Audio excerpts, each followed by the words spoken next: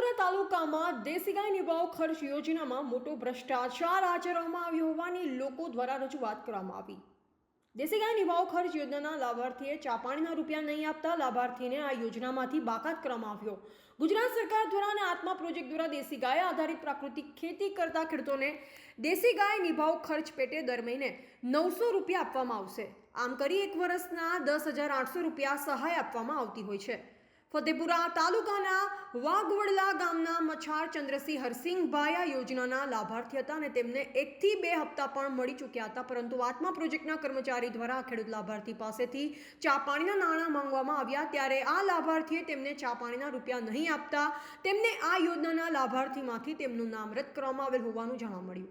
આ લાભાર્થીએ મીડિયા સાથેની વાતચીતમાં જણાવ્યું હતું કે મારી પાસે ગાય પણ છે અને હું સાચો લાભાર્થી છું, છતાં પણ મને કેન્સલ કરવામાં આવ્યો છે।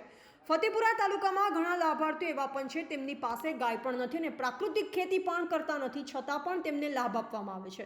તો ખરેખર ફતેપુરા તાલુકામાં આવા લાભાર્થીઓને તાત્કાલિક ધોરણે તપાસ કરવામાં આવે અને યોગ્ય લાભાર્થીઓને લાભ આપવામાં આવે તેવી મીડિયા સમક્ષ રજૂઆત કરી ફતેપુરા તાલુકામાં સાચા લાભાર્થી કેટલા છે અને ખોટા લાભાર્થી કેટલા છે તેના પર તાત્કાલિક કાયદેસરની કાર્યવાહી કરવામાં આવે તેવી માંગ કરવામાં આવી છે।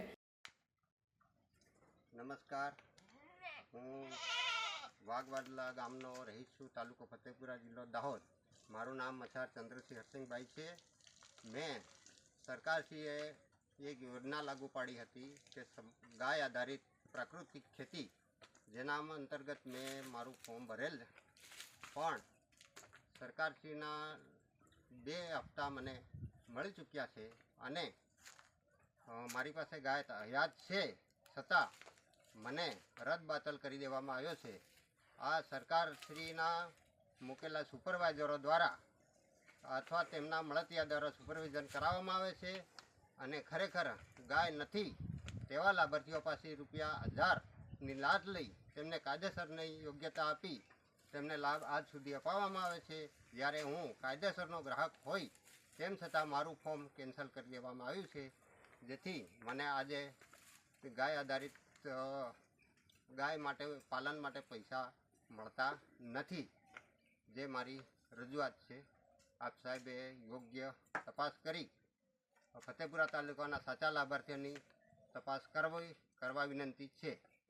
જે લાભાર્થી પાસે ગાય પણ નથી તે આ જે લાભ લઈ રહ્યા છે અને ખરેખર હું કાયદેસર ગાય મારી પાસે છે, છતાં મારો લાભ અટકાવી દેવામાં આવ્યો છે। મારી પાસે ₹500ની માંગણી કરતા મેં 500 રૂપિયા આપવાની ના પાડતા મારું ફોર્મ રદબાતલ કરી દેવામાં આવ્યું છે, જેની યોગ્ય તપાસ કરવા વિનંતી। તમે કઈ તપાસ કરાવી ખરી કચેરીમાં?